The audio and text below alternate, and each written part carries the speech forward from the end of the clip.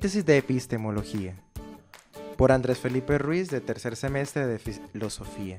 Veamos qué es la epistemología. Es una reflexión de segundo orden que tiene por objeto de estudio la normatividad general del conocimiento y de la ciencia. La ciencia estudia a la realidad y en ese sentido es una reflexión de primer orden. Pero la epistemología, al teorizar sobre la ciencia, se convierte en una reflexión de segundo orden. Veamos otros propósitos de la epistemología, como la indagación sobre el carácter científico de las distintas ciencias, su funcionamiento como ciencias y sus fines investigativos. ¿Pero de dónde surge? La reflexión epistemológica como tal se puede decir que se configuró en la antigua Grecia. Pero esta configuración que tenían los griegos era muy diferente al sentido de ciencia que tenían los modernos.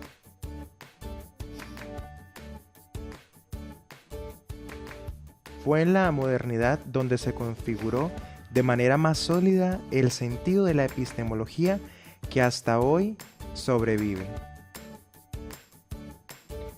Entre los siglos XV, XVII o XVIII es donde se consolida en el mundo moderno, donde tenía características como el rechazo al sistema intelectual medieval que predominaba en la Iglesia. Entonces rechaza ese sentido intelectual. También la demanda de una metodología precisa que condujera a un conocimiento seguro a la realidad.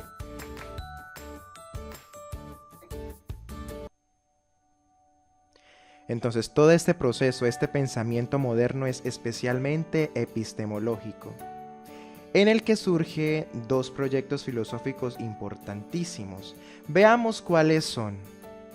Entonces, tenemos por un lado a René Descartes y a Blaise Pascal. Bueno, entonces veamos sobre Descartes o Descartes. A él no le convencían los procesos de conocimiento hasta ahora, o sea, los conocimientos que la Iglesia, que este periodo medieval tenía.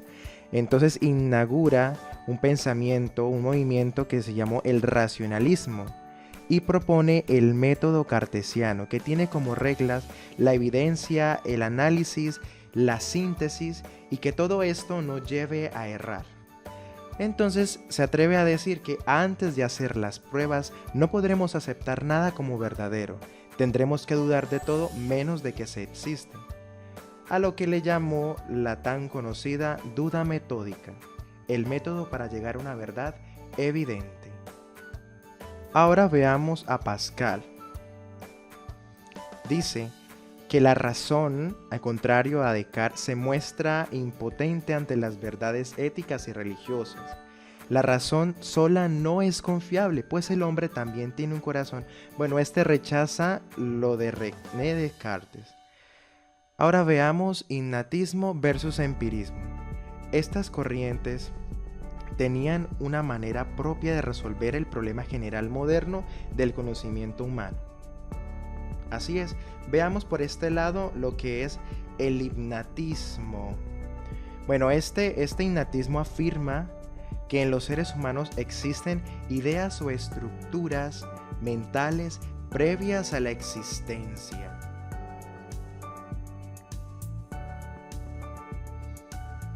Y pues que el único conocimiento válido es el de la razón. Hay otra que se antepone, que es el empirismo. Entonces los empiristas creen que el único conocimiento válido es el que se puede comprobar por los sentidos. Así es, por los sentidos, por medio de la vista, lo que yo puedo percibir, lo que yo puedo verificar. De lo contrario, ese conocimiento no es válido para los empiristas. Pero viendo la incapacidad de la razón para dar cuenta de la experiencia tan como lo demostraron los innatistas, el empirismo se atrevió a pensar que la experiencia es la única manera de legitimización del conocimiento. Ahora veamos la propuesta epistemológica de Kant, Immanuel Kant, del siglo XVII, que nos dice entonces que cómo puedo conocer. ¿Cómo hacer ciencia? ¿Cómo se produce un conocimiento válido? Bueno, vamos a ver qué nos dice Kant. Kant, a diferencia de los pensadores pasados, lo que hace es rechazar la metafísica. Quita la metafísica en el escenario del conocimiento, de cómo hacer ciencia. Dice que la metafísica es el escenario de las disputas sin término, así que simplemente la hace a un lado. Entonces la metafísica no nos sirve para alcanzar un conocimiento válido.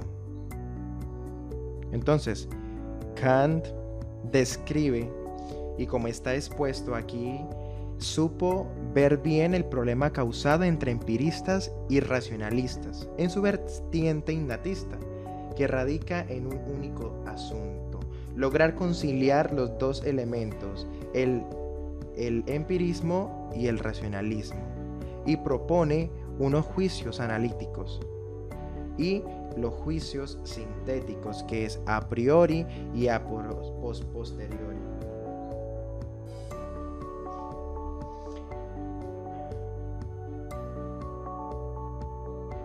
Ahora vayamos al siglo XIX con el cambio epistemológico que hace Hegel. Bueno, Hegel nos propone que el espíritu es el sujeto de la historia, así que la historia es el motor para alcanzar el conocimiento. La historia es la clave del conocimiento y sirve como tribunal para juzgar el mundo. Y pues que ésta tiene un fin, y que ésta depende de la realización de la libertad que culmina en el Estado. La libertad es la plenitud del espíritu absoluto. Vaya propuesta de Hegel, pero, sí, hay un pero. Viene más adelante su alumno Marx, que dice que su maestro se equivoca y lo ataca esta concepción idealista. Así que por eso es denominado anti-hegeliano, porque contradice su concepción. Entonces dice, Hegel aterriza: esta concepción idealista no sirve, sino que declara que la esencia humana no surge del espíritu, sino del trabajo, es decir, de las condiciones materiales que transforman la naturaleza y dan vida.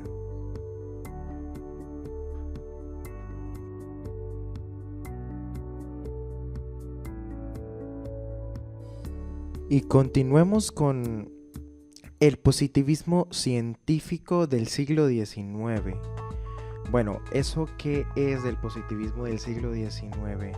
Bueno, muy sencillo. Fue una corriente filosófica que tiene como único conocimiento, como conocimiento válido, es el científico. O sea que lo único que importa es lo que se comprueba por medio de la ciencia.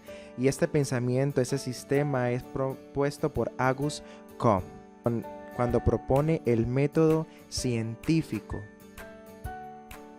Entonces todo lo que se puede comprobar sirve, de lo contrario no. Por eso niega lo metafísico y lo a priori. Entonces para él el objetivo de este positivismo es la explicación, las causas de todos los fenómenos. Entonces, todo lo que se comprueba por medio de la ciencia, todo lo que se experimenta, es lo que él considera válido. Es algo experimental y propone 3 estadios muy importantes: el teológico, el metafísico y el positivo. Ahora pasemos a la revolución científica del siglo XX. Esta revolución va a ser la base de la revolución epistemológica. Después de la física cuántica, la termodinámica, la cibernética y toda esta evolución de los sistemas, nace un movimiento muy importante llamado el positivismo lógico. Veamos en qué consiste esto. Consistió en buscar o establecer las bases para que la ciencia pudiera resolver fácilmente muchas discusiones epistemológicas sobre los criterios que hacen que una teoría sea científica o no, que sea verificable por medio de la verificación. a diferencia de lo que propone Karl Popper con su método de la falsación.